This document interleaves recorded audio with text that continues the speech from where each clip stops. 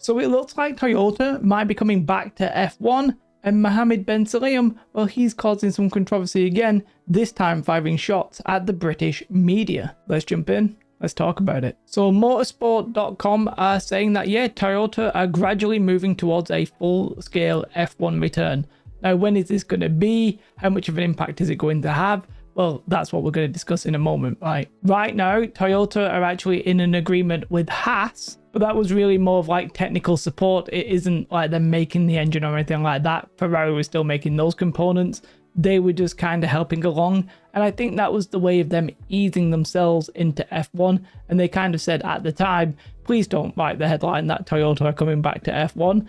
But now maybe you can actually start writing those headlines. At the time when they actually did that agreement with Haas, they said there were no plans for them to actually return to building their own engine or actually being a works team. But things may have changed. It was recently reported that Ryo Hirakawa, and I'm sorry if I'm pronouncing that name wrong, joined Alpine as a reserve driver. Now, that's a little bit awkward considering Colapinto's just joined a reserve driver as well. But let's be honest, Colapinto is probably more in line to actually replace Jack Doohan than Ryo Hirakawa is. But what it does signify is actually Toyota getting behind a driver and maybe trying to push them, because he's actually a Toyota World Endurance Championship driver. Toyota backed, basically. Masaya Kaji said this: "We are, of course, studying the technologies for 2026 and even current technologies." And they point out here that Kaji is actually a friend of the Haas team principal, Ayo Komatsu. And he goes on to say, "I feel like we're moving in that direction." That direction is probably heading more and more towards F1. And they kind of said it there, right? Whilst they are paying attention to 2026 and the new regulations and that kind of stuff, they're not going to be a works team then. I think it's pretty much too late to actually do that. Unless maybe they actually bought Haas, but I don't know if that's on the table. It might be that they're looking a little bit more further afield than that. And they say that here, we're not at a stage where we would redirect all of our resources to F1.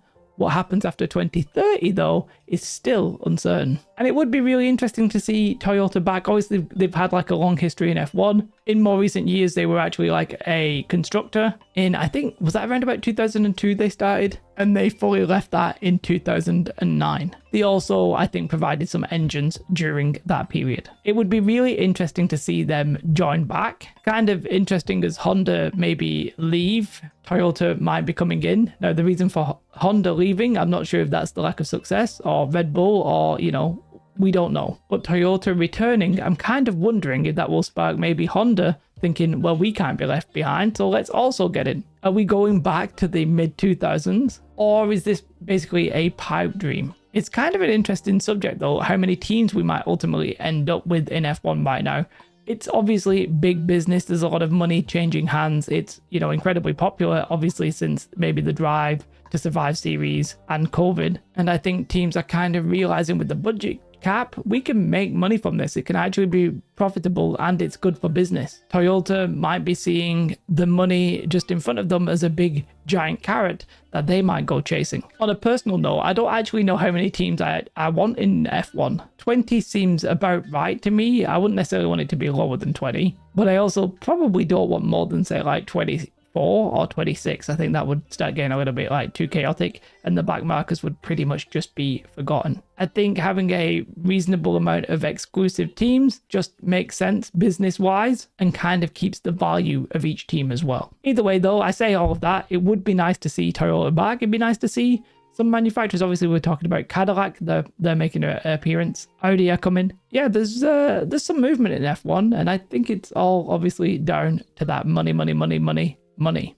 Speaking about money though, we have comments from Mohammed Ben Sulayem, and he's lashing out at the British media. Now, I must disclose a kind of bias here in that I don't know how to break this to you guys, but I am British. However, I'm not really part of the British media because I'm a nobody on YouTube just making F1 videos, but I just thought I'd let you guys know. Ultimately though, he's not happy with the way that the British media has treated him, and he's kind of claiming a little bit of hypocrisy. Now, this man is a very controversial figure, I think, in F1. Well, from a fan base point of view, he might be very well liked at the FIA. I kind of doubt Liberty Media don't like him, but that's a different story, I guess. He said this though: 3 years of critics against me, Do I care? Was I elected to listen to the media? No, I like the good media, the positive media, and maybe I make a mistake and you can come and criticize me in an objective way. He kind of sounds like a tyrant, doesn't he? He sounds like a political tyrant. He only likes the good media. Basically, if you say something I really strongly disagree with, or you say it in a way that I disagree with, then you are bad media and you should feel bad and probably be spanked. Unless you enjoy that, Max Mosley. Whatever, let's move on. He says how this is pretty much unfair, and then he goes on to talk about the British media specifically. You look at some of the British media and they go against Saudi Arabia or me. But one thing I would say, go on and see the British Grand Prix. Is it the British Grand Prix? No, it's the Qatar Airways British Grand Prix. Please. You remove the budget, you remove the money. I think he's basically claiming a little bit of hypocrisy here. I think he's saying to the British media, you'll criticize me, you'll criticize Saudi Arabia, but maybe you won't criticize the British Grand Prix for taking a sponsorship from the same people you are criticizing. And you know what? I almost kind of agree with him a little bit there. I would say that, most people probably didn't even realize it was the Qatar Airways British Grand Prix. I can't say I did. Never really bothered paying attention to the title sponsor of a Grand Prix. It's something that you just ignore and move on very quickly. But the implication is clear, right? He's saying, stop criticizing me, stop criticizing Saudi Arabia. Potentially, it's possible that he's not actually used the word racism here, right? But he's obviously unhappy with the way that some of the Middle Eastern countries are being portrayed.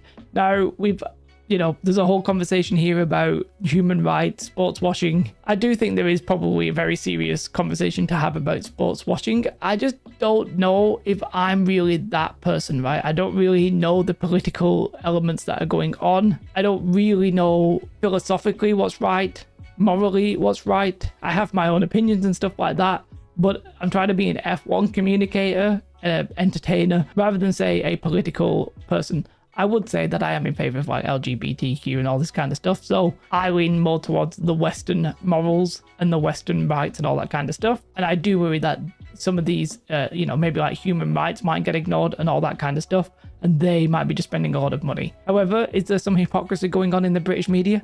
Possibly, probably. I then don't necessarily think that is hypocrisy to then criticize Mohammed bin Sulayem, because I think some of the things he's done have been pretty bad for the sport overall. The stuff that he had with saying that swerving was basically like rappers and Lewis Hamilton getting probably rightly pissed off. I think, I don't think he's good for the sport, basically. He keeps putting his big foot in it and it's not going down well. The FIA often looking like a clown show rather than a professionally run sporting regulatory body. And who's in charge of that? Mr. bin Sulayem. I mean, there's another conversation here talking about British media being biased to British drivers and British teams and stuff like that.